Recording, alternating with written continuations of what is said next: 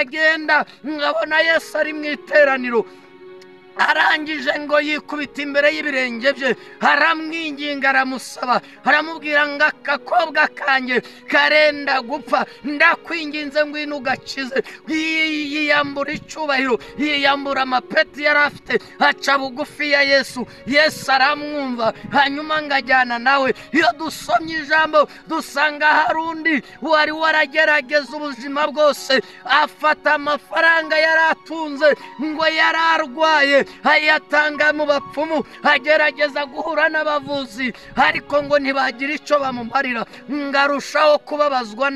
n'abavuzi ngo igihe kimwe aribwira ngo ninkora kuri Yesu ntago nkeneye kurebana nawe ngo ninkora ku myenda ye ubuzima bwanjye burakira uko yibwiraga mu mutima niko byamugendekeye